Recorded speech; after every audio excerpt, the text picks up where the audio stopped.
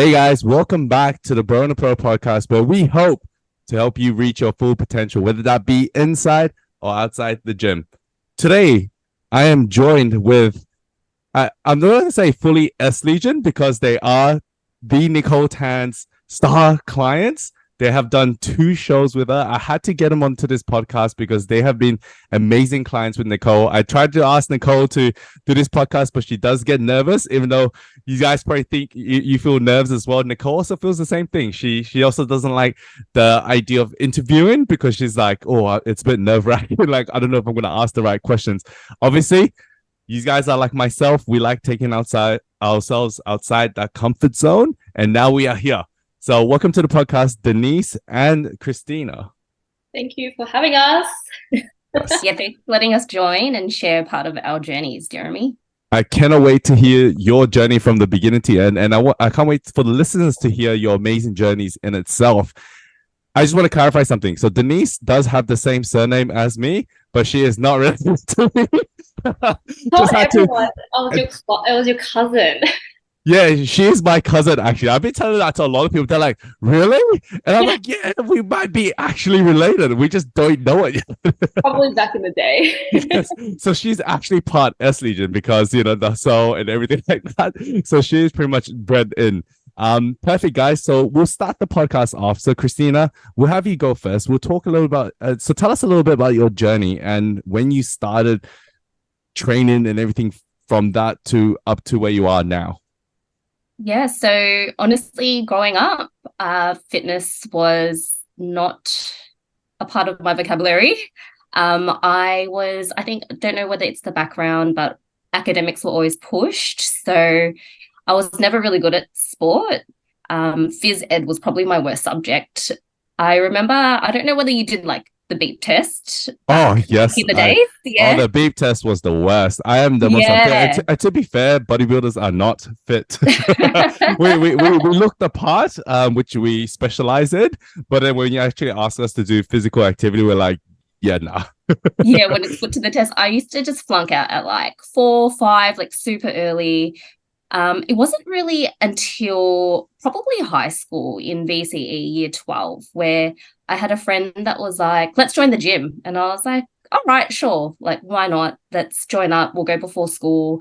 And then just really started that way. So got introduced and like everyone else, probably starting off in the cardio section and then doing classes like Les Mills, the boxing classes. And I was at a gym where the instructors did like a bodybuilding comp. And that was the first time that I was exposed to it. And I had always admired that physique, but never had the confidence or thought that I had it in me to do that, to achieve something like that, because I knew the hard work that went into it.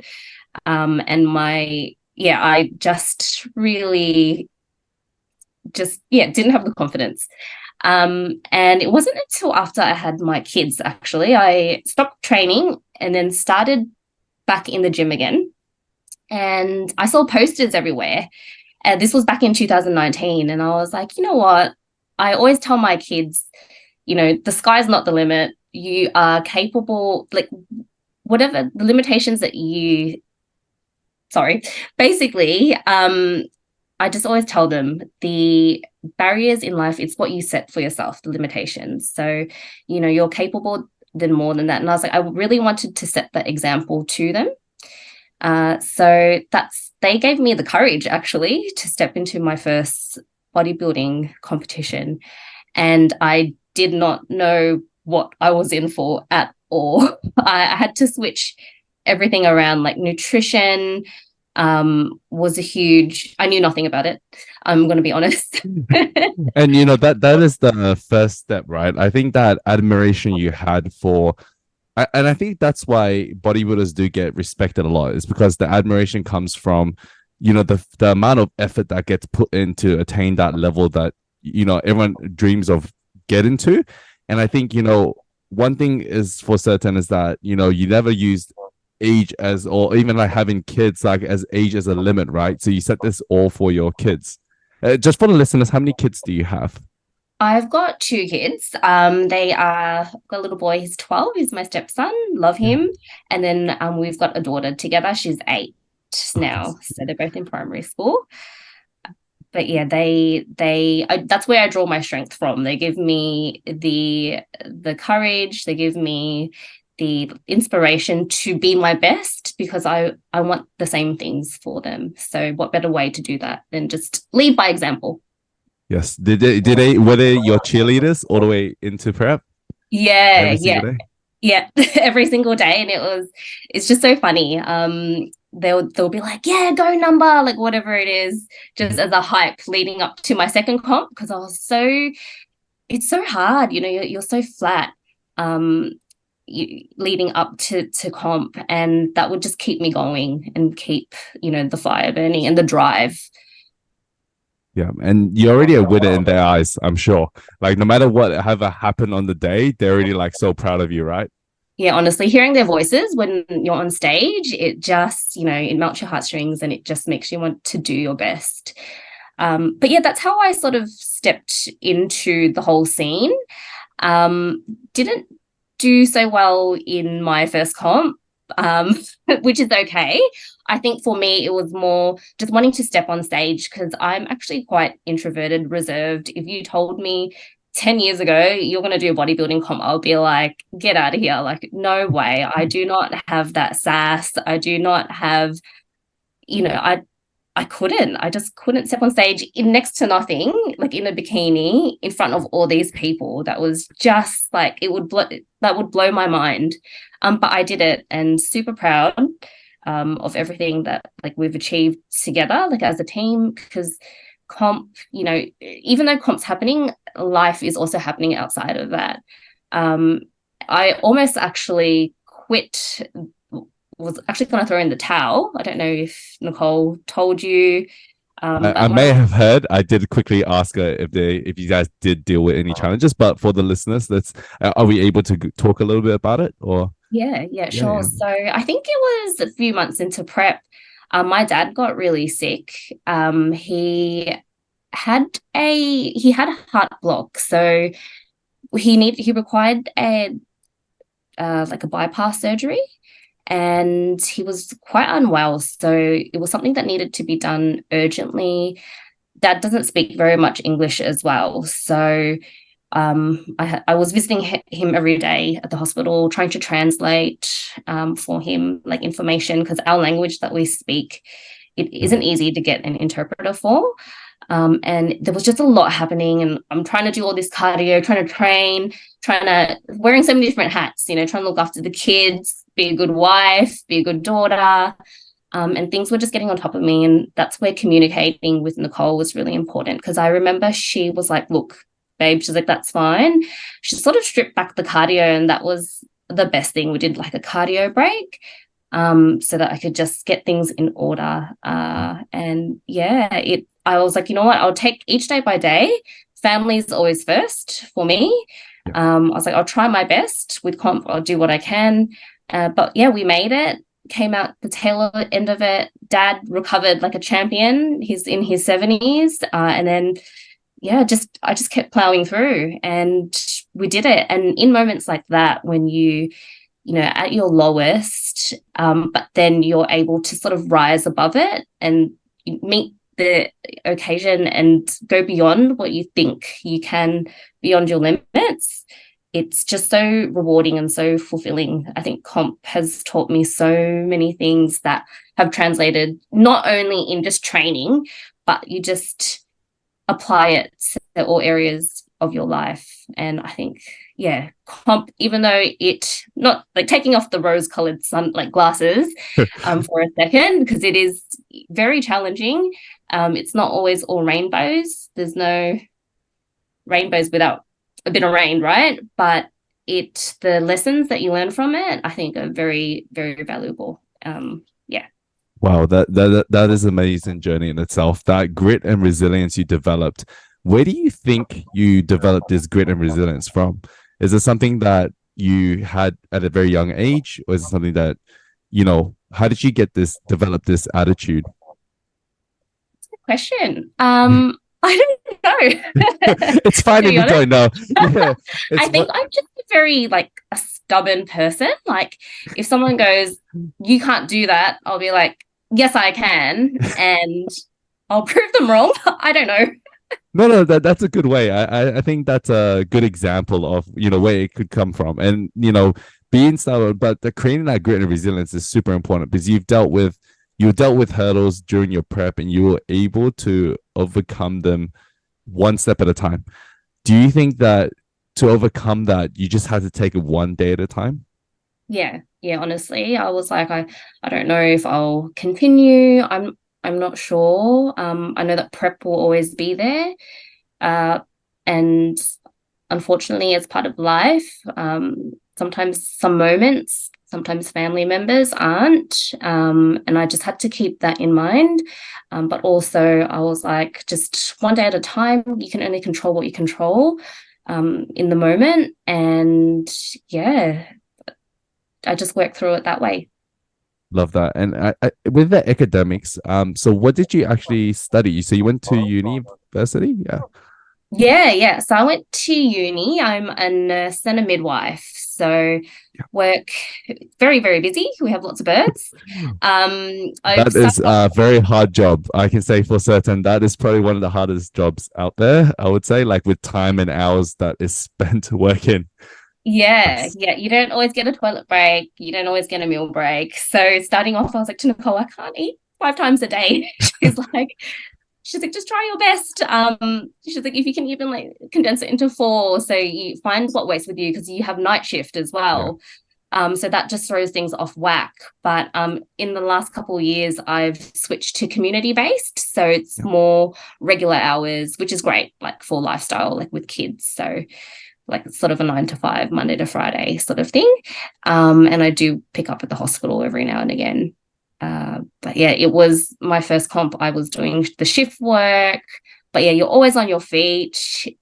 Every day is a different day. You don't know what's going to come through the door, but it's really good.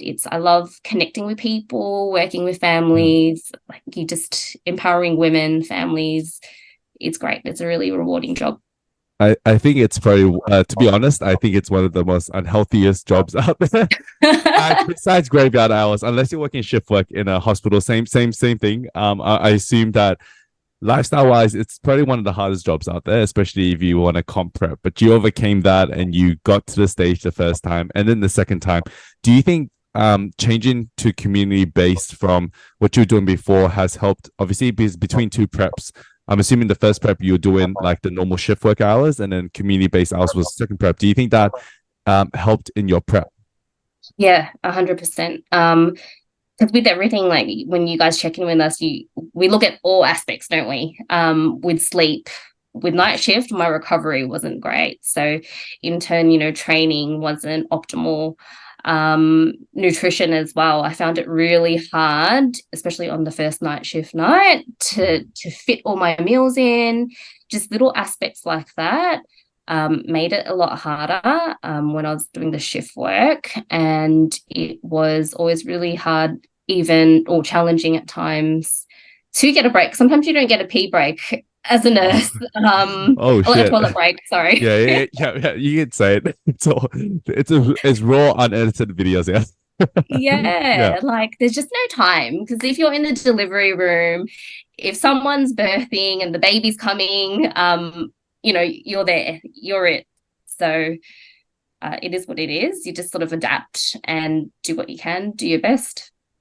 No, I love it. I think it's a very inspirational story in itself. And one thing I take away, especially from your story, is that you've got your values are aligned. Like you know exactly what is important to you. And that's, family first comes first. And then you've got your like partner, your kids, all encompassed into the family. And then you got your prep as well, something for yourself. And then you've also developed your lifestyle. So obviously going community based to kind of suit obviously, keeping you healthier for longer, I would say, because obviously working night shifts is not the best. And, if anyone does any graveyard hours, I can tell you now it's really hard. It's something, it's called graveyard hours for a reason, and it's not healthy on the body at all. Yeah, no, I definitely felt that doing all those nights. I was like, I cannot do this until retirement. I can feel it on my body. Yeah, Yeah. yeah. and And yeah, sorry. Did you have? no, you Yeah, go. yeah. Sweet. And obviously, I think it's super important that people do take away that knowledge. Is like, you learn show to show. So from show one to show two, you learn what you probably could have changed to make it better, right? Yeah. Yeah, Yes. yeah, definitely.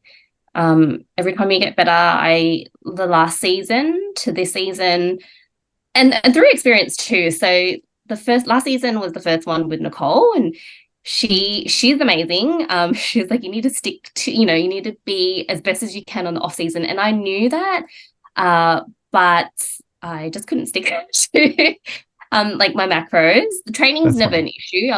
I love training. It's just the food for me. I don't know. I'm an emotional eater. That's just it was a habit that I had to break, and it's taken a very long time for me to sort of get to this place where I don't binge eat, or if I had a stressful day at work, I don't go home and eat. That was just something that I would always sort of run to. Um, and she was like, "Yeah, you need to stick." And then last comp, honestly, I wasn't really happy with where I was, and I knew that this comp were at a better starting point, and it made the rest of comp so much easier and less stressful because I was doing so much cardio last time. Yeah. Yeah, we're up to a lot. Oh, how much did you get up to? I think an hour and 90 minutes, I think it was last year. Oh, wait, a day? Yeah, day. I can't remember how Wait. long for, but I remember hating life. Oh gosh. In some scenarios, I'll say that would, you have no other choice because the body just has to Yeah.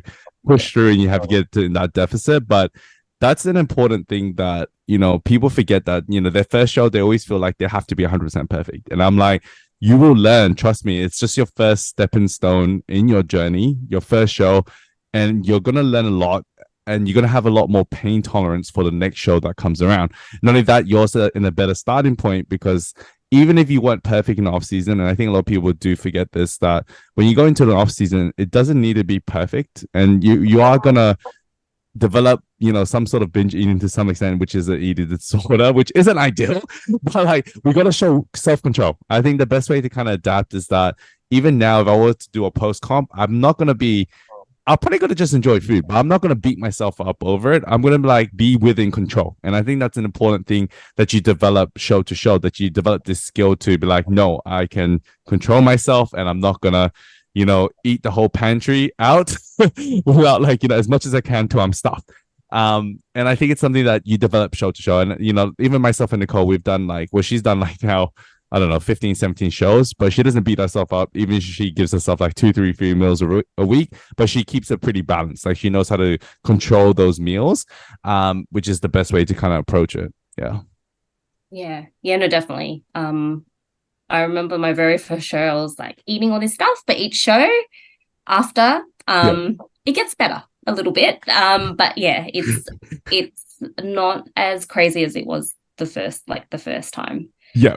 I Yeah. think it's just preparation mentally. Like you knew that it's gonna happen. And I think it's gonna be hard. Like post comp is not an easy time for anyone. And I think, even now when we prepare people as much as we can, it's all the willpower when it's that reward mechanism as well. I think a lot of times people do treat themselves at the end of the day after a hard days of work. Obviously your job is super stressful. So I would assume that, sometimes you're like, I'm going to go home and then enjoy a bit of food just to get that dopamine hit. And then it's like that cycle again. So I think it's something that showing self-control is super important. It doesn't mean that you can't have it, just like eat within limit. That's the Yeah. best way to kind of approach it.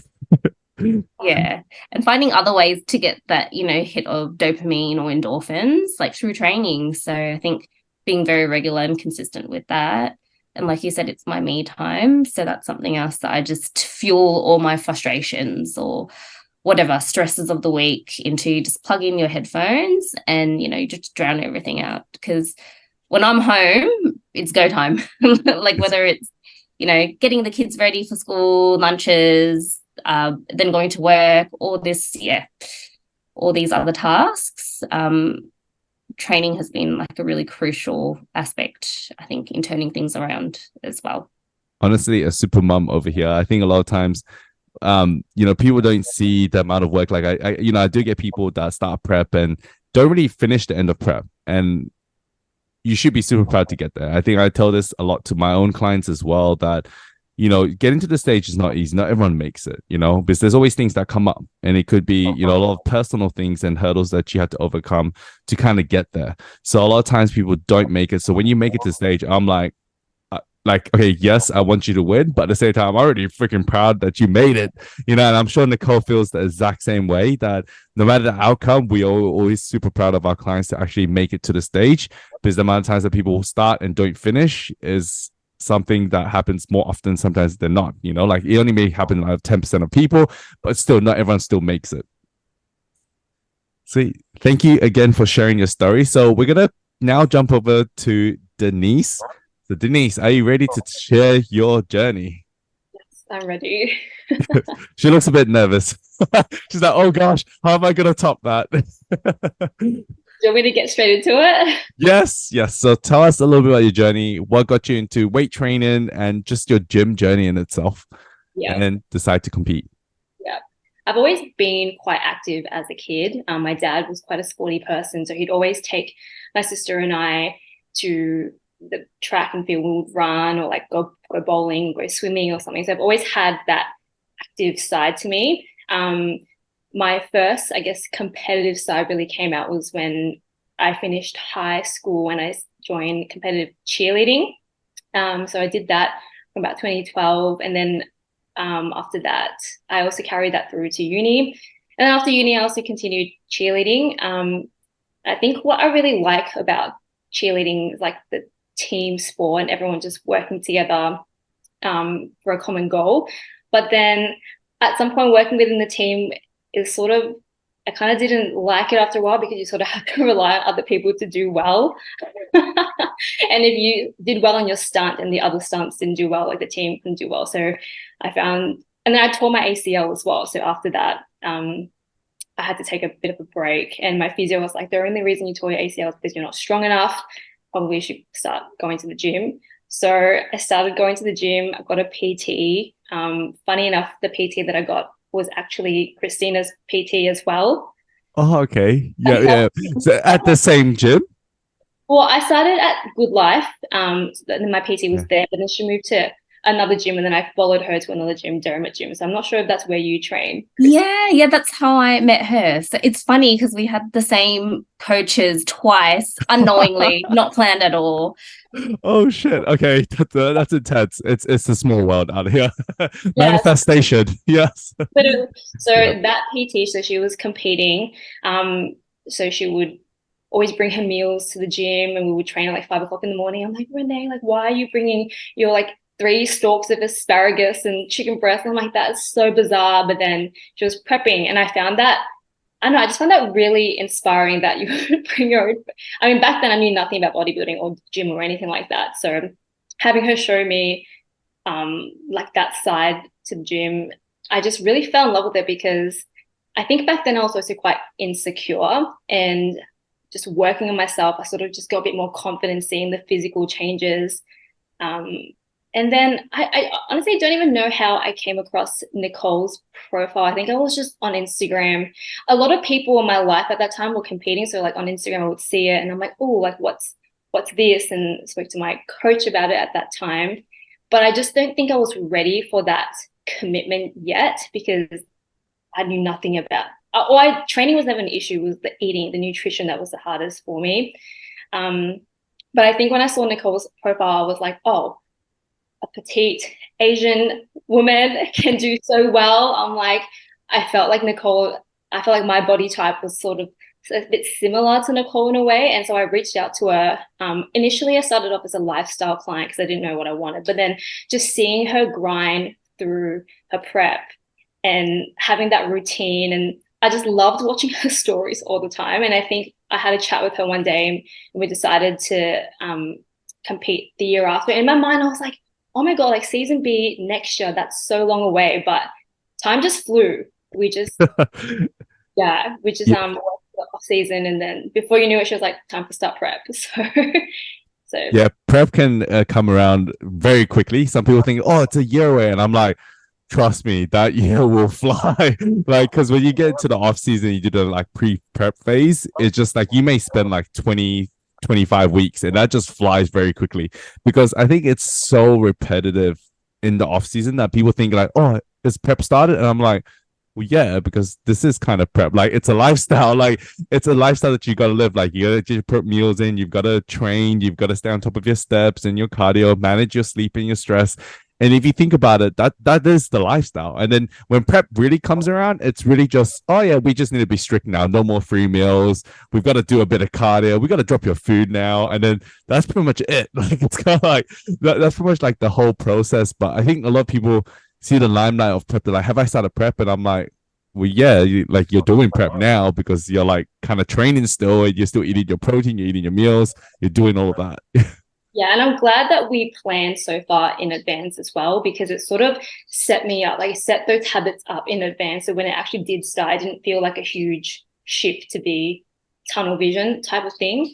So yeah. It's very, I just want to say one thing though, that yes, you both look better than Nicole in your first show, so you guys should be super proud.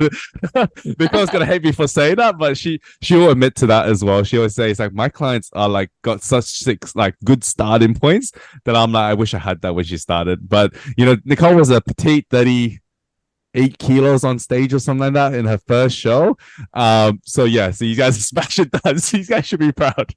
Sent me photos of herself, because in my first prep, I don't think I was in a really good place mentally. I had a lot of self-doubt. A lot of times it would switch. So sometimes I'd go to Nicole and say, I'm way too small to be on stage. Or then there'll be times where I'm like, I'm way too fat to be on stage. It was such a mental struggle. And she would send me photos of herself for the first comp and be like, you have way more muscle than me in my first comp. You should not be like that stressed, or something along those lines to make you feel a bit better. And I'm like, I really appreciate having someone there to just sort of get me out of that funk, because I guess when you're in it for so long and you're on the calorie deficit, like a lot of the self-doubt and stuff come in. So it's really nice to have a coach there who has been through it, and also there to just be like, look, you've done your best, take it each day as it comes type of thing. And I think that's super important that, with coaching, it's all about, it encompasses so many different other aspects. There's just not like nutrition, training, steps, cardio. It's, assessing like your whole mindset and like where you're at and keeping you motivated. That's what good coaches should be doing. It's like keeping you motivated and connecting with you. So then that way we are here on this journey with you. And so when comp season comes around for both herself and myself, it's like an emotional roller coaster. It's like we're just like going through up and downs, like, what's happening, what do we have to do? And because we're so invested into each of your preps, and Nicole is 100% invested in both of your preps. She's invested in all her clients. I can say without a doubt, she's probably one of the most invested coaches I've seen out there, because she gets emotional about it. She's like, this is this is that. But she also pull your head back in when you need to like refocus and recenter as well. Yeah, like even for example, now I'm still trying to navigate this post-comp nutrition stuff, and it has not been easy. And I think in one of my previous check-ins, I asked Nicole if I could just start doing a bit more cardio, just because I feel like I'm getting a bit chunky, and I don't want to be, my words, I was like, I don't want to be a beached whale for summer. And her words were, the only way you won't be a beached whale is if you stop making everything a buffet. And I was like, I'm like straight up savage, but that's a really good point. So now every time I try and when I eat, I have to tell myself not everything is a buffet, and it has to work. The food is not going to run away from you. So you don't have to have that extra slice. Just have a taste. That is the best way to do that. It's hard, and I think it's like 4 weeks post comp now. I'm getting a bit better. I think my hunger hormones are sort of leveling out a little bit. I'm not as ravenous, but still there's times where I have to remind myself that if I can say no to food for 27 weeks of prep, like I can do that now. So yeah, that's super important. And with that as well, obviously talking about your journey, you went from a team sport, and then I think a lot of people don't realize that when you do bodybuilding, it's just on you. Like, yeah, you have a coach to kind of direct you, navigate to your show, but it comes down to the client to put in all the effort, to put all the grind in and deal with all that self-doubt, because no matter how confident you are, I can guarantee you that you know, even Nicole, she has a lot of self-doubt as well. Like we all do. And I think that's something that will hold people back. But a good way to kind of overcome that is to make sure you stop yourself from saying those things. Like catch your thoughts and catch the words you're saying to yourself. Because I think a lot of times people don't do that. They just let those words just run rampant in their brain. And I'm like, that's the only thing holding you back. Like if you started telling yourself or telling your friend like, hey, you're shit, you shouldn't compete, you got not enough muscle, would you ever say that to someone else? Most likely, like not, right? Like you never say that to each other, right? You're like, no, you shouldn't compete. Like it should be like, and that's the same way that your mind tells when you have that self-doubt, you start talking to yourself in that same sort of light. Like, would I say that to someone else? I wouldn't. So why should I say it to myself? And so that's a good way to kind of, I don't know, a little tip that I have for people listening if you want to overcome that self-doubt. Yeah, 100%. Like my previous prep last year, I had a lot of self-doubt, and the way I would speak to myself is so negative. Like I would be so lean, yet think that I'm so fat. So I would, whenever I would eat something, I'm like, oh, I'm so fat. It was actually terrible. But I think this time round, I tried to eliminate all negative self-talk. And maybe I got a little bit delusional. Everything that I would do, I'll be like, oh, an ICM pro wouldn't do this or something like that. That is a great mindset to have. And obviously that leads us into our next topic. How did you go? Yeah. Yeah, and even like visualizing things. I started putting, I don't know if you can see that whiteboard there. It literally had ICM Pro on it for the entire prep. So every time I would come to the kitchen or like have a moment of weakness, I'd have to look at it and be like, an ICM Pro would not do this. And yeah, so managed to get my pro card at the end of the day. Yes, congratulations. It is manifestation at its finest. It's something that I'm kind of delving in myself personally now, that manifestation is such an important thing. And I think, you know, your habits and behaviors can be changed based on, you know, exactly as you say, like, I want to be an ICM pro, like, you know, and it's like, would this ICM pro be doing this right now? And that holds you back to be like, okay, I'm going to stick to this. I'm going to change the way I live and have a different mindset and outlook on life. And I think that's a great way to manifest your vision of what you achieved, and you achieved it. Very happy with that result. Did you see it coming at all, or? I honestly, I think I was a bit delusional. I think I was just imagining that and nothing else. But obviously on the day when I saw a lot of girls and they all looked incredible, some form of self-doubt obviously crept in, but what I tried to do was not look at them. I just stayed in my own lane. And even when they were calling out winners of the class, I just had my fingers crossed, like secretly. And when they called me out, I was like, oh my God, the day has come. I've manifested this. But yeah, I was not expecting it like at all. I was just happy to do well and just place, honestly. And just improve from show to show, right? 100%. Yeah. This prep has been so much more enjoyable than the last one for some reason. I don't know why. I think as we go on, each prep will be better. But yeah, I think I also had a really good off season as well, which created some good habits going into this prep. Yeah. Was there anything, so between preps, what was the major differences? Was it just because you did an off season? I think that as well, and not having any snacks in my pantry. For some reason, the first prep, I developed this mindset where I would just buy a lot of snacks and then hoard it and tell myself that I can eat it when prep was done. But that ended up not working in my favor. And there would be some days where I would just like have a Tim Tam or two and like literally not tell Nicole. Wait. So this happened just this prep? No. This was previous prep. My last. Okay. Yeah. Okay. Yeah. And that's probably why my cardio went up so much towards the end as well. Like similar to Christina, I think I had like an hour of cardio every day for, I don't know, a couple of weeks leading up to prep. And I was hating my life. But I think part of me was like, I deserved it because I was eating all this stuff behind Nicole's back and like not telling her. Sorry, Nicole, for listening. I think I'll tell her now. One sec. But that would make so much sense. Oh my God. Like dropping the fat. But the one thing I told myself for this prep was to literally not lie to Nicole and just not even have any snacks in my pantry, which has helped so much because there'll be times where, like, moment of weakness, I'll go into my pantry, I'll just look, but there'll be nothing to eat, and then I would just send myself to bed.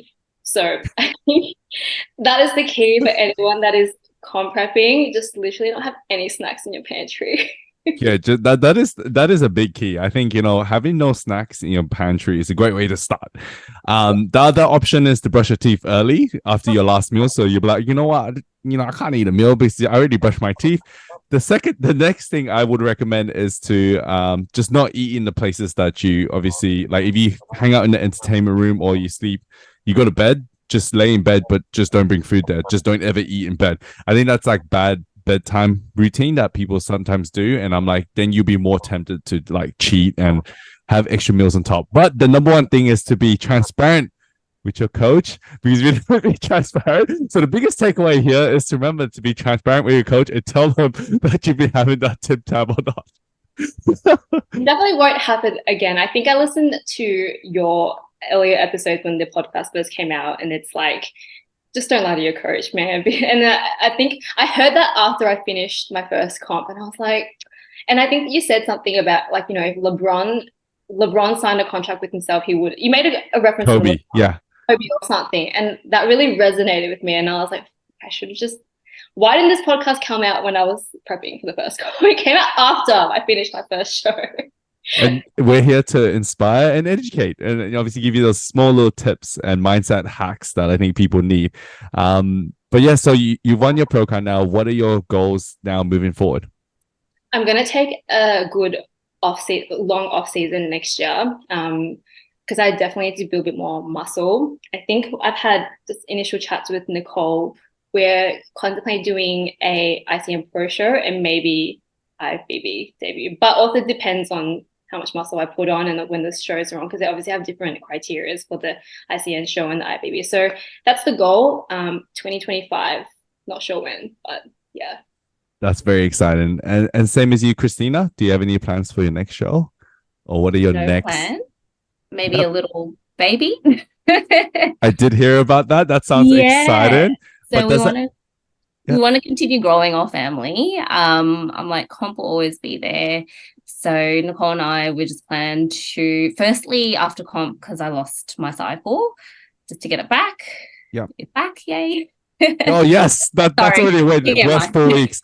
No, this is good. We do talk about this a lot actually. Time of the month is something obviously very normal that you lose during preps. To achieve it back is always the true intention of post comp for a lot of females.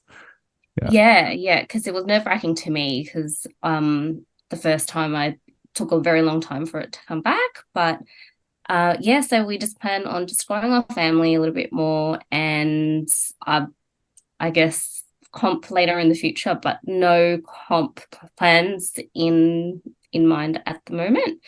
I think the main goal for myself is just to probably keep training, stay as healthy as possible.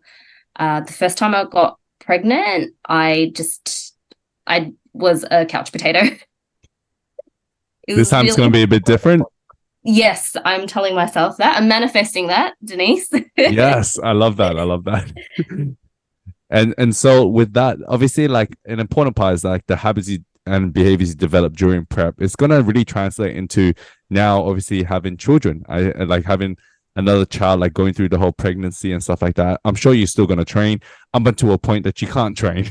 Obviously, there's ways of getting around it. And I do find that people who do train before they get pregnant actually recover and bounce back a lot quicker than you think you do, than compared to someone who doesn't train at all. Yeah, I do see that as well, like working with families. And I hope that's the case for me, but I'm sure Nicole will kick my butt. She'll be like, hey, you gotta get back on track. I'm like, I'm still training with you, still gonna check in every week. She's like, yep. She's like, let's do it. So you're allowed that one Tim Tam, all right? Because if you're feeding another baby, I'll be like, yeah, have that Tim Tam and don't tell her. She don't need to know. Denise, you got another. You can't use that excuse. Excited. And so with that in mind, obviously, we hope next time we're going to be there at the shows with G's and make sure that Nicole is there if she is not competing herself once again. She's obviously feeling terrible that she wasn't there at both your shows, but next time we're going to make sure that she will be there to support these guys. So before we end this podcast, I want to grab maybe 2 tips that you have for listeners. Anything that you've learned like during prep that you feel like you can help to inspire someone on their journey currently, or someone who is thinking about prepping in general? Who wants to go first? I need some time to think. Give me a second. Yeah, that's all good. We can pause for a second. Oh, I think trusting your coach is probably the main thing. Like, I have no idea what goes in Nicole's mind when she's telling me to do this, but it always seems to work. For example, I was waiting on my period to come for one time, and I was so stressed about it, and I was bloated, my weight was up. Nicole literally just told me to go get a massage. I went and got a massage. That night my period came, and I was like, what? So literally, you're paying a coach who knows what they're doing. Just put all your trust in them. Ask questions if you are not sure why they're doing what they're doing, but like, just fully trust them. And yeah, even on show day while Nicole wasn't physically there, she was on her phone 24/7. Anything that I needed, she was there. So it literally felt like she was still there. So yeah, that's probably my biggest tip, to trust your coach, because they know what they're doing. I love that. I think that's a great tip in general. I think a lot of times people will question things, and I'm like, it's fine to question because you're there to learn. And that's a huge thing that we always, we want clients to ask us the right questions, but part of you still has to trust them that okay, I'll do this because you told me to do it. So I'll give it a shot, and it works magic sometimes, and sometimes it doesn't. It's always just a best estimate guess. And obviously, reducing stress is one thing to obviously get time of the month, and that could have been the reason. And I think, listen to your coach, super important. Very good tip.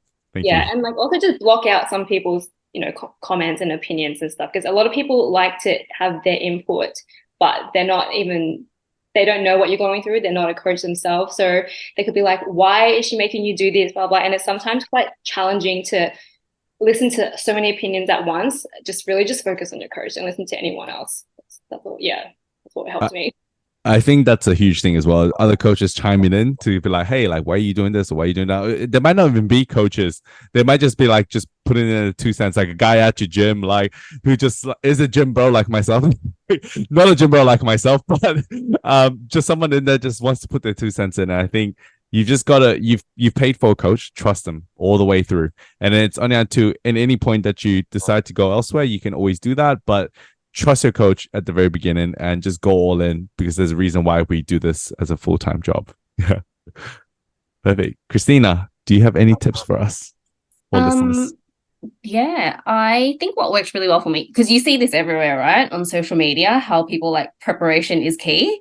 And that really didn't click to me until I started like competing, because I was like, if I didn't plan ahead, for example, with meals, it would just throw everything off, especially because we're always busy, we're always on the go, our family, and keeping it simple as well. I think that's what helped me stick to everything during prep. It's really, I think it's underestimated. It's advice that's, sort of everywhere all the time, but it's there for a reason, because when you're prepared, you won't fail. What is it? Prepare to... Failing to plan is a plan. Yeah, fail. That's it. That's the one. That's a very good quote indeed. I'm going to have to take that. Quote, yeah. But yeah, preparation is key. And I think that's something a lot of people who are starting their journey right now, they fail to prep in general. And I'm like, you only get better at prep if you practice prepping. Like, that's one thing that people have to remember, that you're not perfect at prep in the beginning. It's only until you keep trial and error, you start to make a part of your lifestyle, then preparation becomes so mumuch more easier. It becomes part of your lifestyle. It's ingrained in you. It doesn't feel like you have to consciously make an effort to do it. You just kind of just do it because it's part of your lifestyle. It's not like we wake up every day and decide to brush our teeth or not brush our teeth. We just wake up and brush our teeth. Kind of the same way that you kind of treat preparation. Like, when you prepare your meals, you prepare your lifestyle, you have a diary, and I'm sure you probably have to do that, Christina, because you have such a hectic lifestyle. So I would assume that, you have everything to plan of when you're going to train, when you're going to work, when you're going to have to take the kids to the school and back from school and do parties. All that, right? Yeah, and parties. Yeah. Oh, God. That's even harder. I love a good party pie. But, Yeah, my calendar is like, I live by my calendar. Everything's there. But yeah, very, very true. I'd also say, not a tip, but my surround yourself with people that support you and let you smell their food. I That's a saw good Nicole, one. she posted something, and then I think it was when you guys were in like Korea or something, and she was videoing you and she's like, what does it taste like? And I was like, that is exactly what my partner does and my friends do. They're so supportive, and it's a bit weird. But like just enjoying the moments, like with people, just slow down and just be present in the conversations and in the company, because yeah, that's what prep has taught me, because life just goes so quickly that you just need to enjoy yourself, even if it's not with food, it's just the people that are around you. Enjoy those precious moments with your company. And I think that's something that translates like for both of you, is that you guys are like more top tier athletes, that the longevity in this is super important. But having that balance, being able to smell someone else's food, I get a lot of people that be like, no, I can't smell it. Like they'll go to their partner, nah, you can't bring it into the house so they can't eat it. And then they start to, because I'm prepping, and I'm like, when you start to have that as part of your lifestyle or environment, it does have negative connotations. That person who is now supporting you, maybe your partner who's like can't bring food into the house because you're prepping, it starts to make them feel like don't prep then. Like it makes them feel negative towards it. And I think it's super important that you have to create that willpower and grit to be able to smell someone else's food and not beat them up over it for eating their life. At least like, enjoy that moment, that company that you have, right? Yeah, that's it. Yeah, I wouldn't put any restrictions on anyone else. Like when they're like when I see my loved ones enjoying things, that fulfills me, that sparks joy in me as well. And I wouldn't ask that of them, to give things up just because of me. Yeah. No.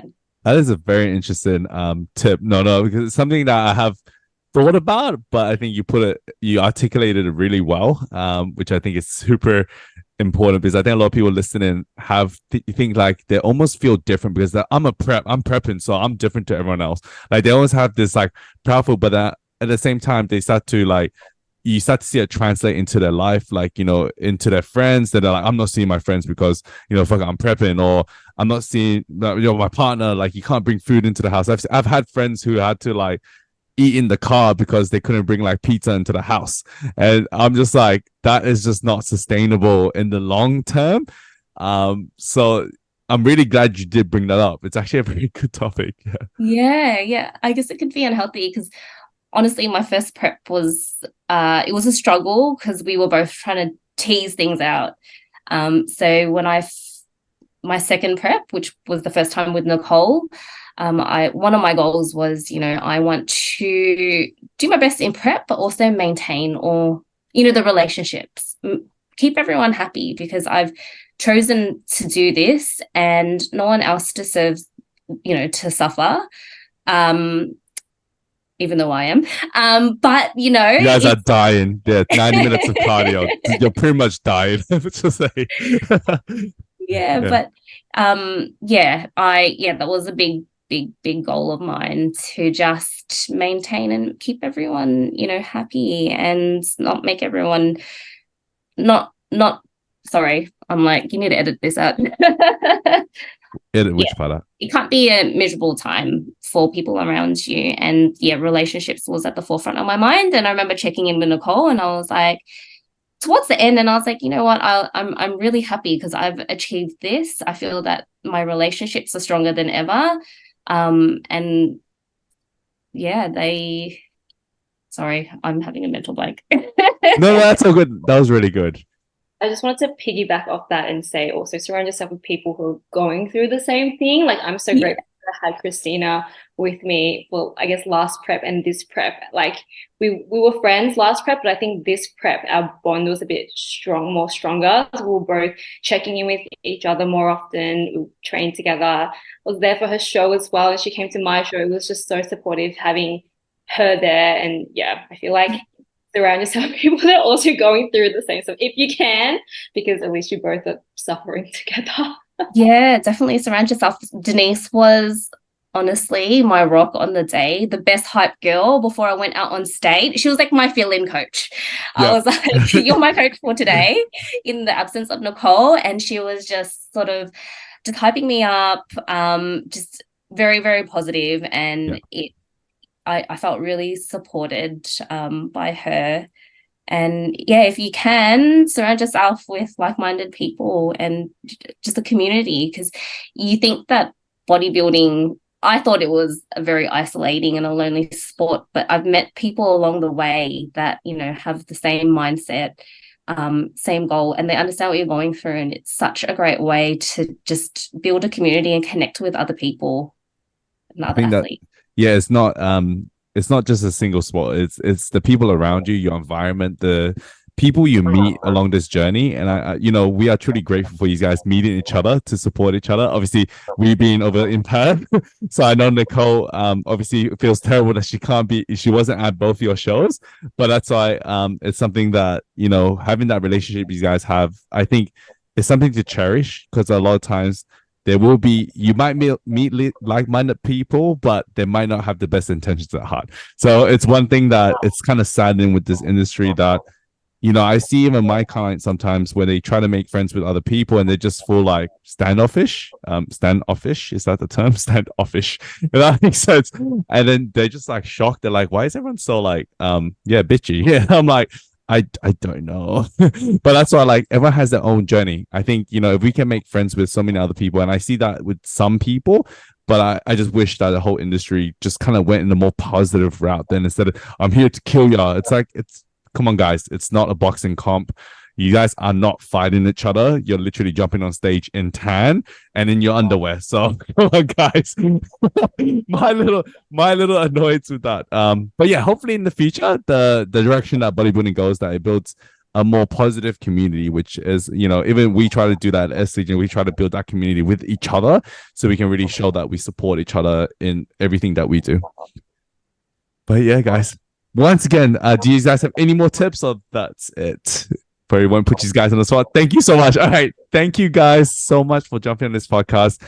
Where can everyone find you if they want to give you guys a follow and see your journeys? Do you guys want to plug your Instagrams, or? You can follow me at It's Just Denise on Instagram. It's Just Denise. I'll make sure to tag you as well. Christina, did you want to? I'm on Instagram as well, on Christina with 3 A's, D_. Hey, that's a really hard one, but I will make sure that Christina with 3 A's and a D_. So, and I'm sure you guys are happy to answer someone else's questions that they may send you a message and ask you about prep or how it felt working with the Nicole Tan. Is that all right with these guys? For sure. Hit me up. Yes. Yeah, sure. Happy. Thank you, guys. Thank you again for your time today. I'll not hold you guys any more longer. So, guys, if you enjoyed the podcast, please share it with your friends and families and in your stories, and make sure to tag our podcast. And also make sure, if you do have any other questions that you want us to answer in the next podcast, please let us know. Send us a DM, and Christina and Denise are here to answer your questions as well. If you wanted to dig deeper into their preps and what they had to overcome to get to the stage and to become who they are today. But thank you for the listen, guys. Thank you for jumping on the podcast, guys. And I can't wait to see you guys in the next podcast. Thank you. Bye. Thanks, Jeremy.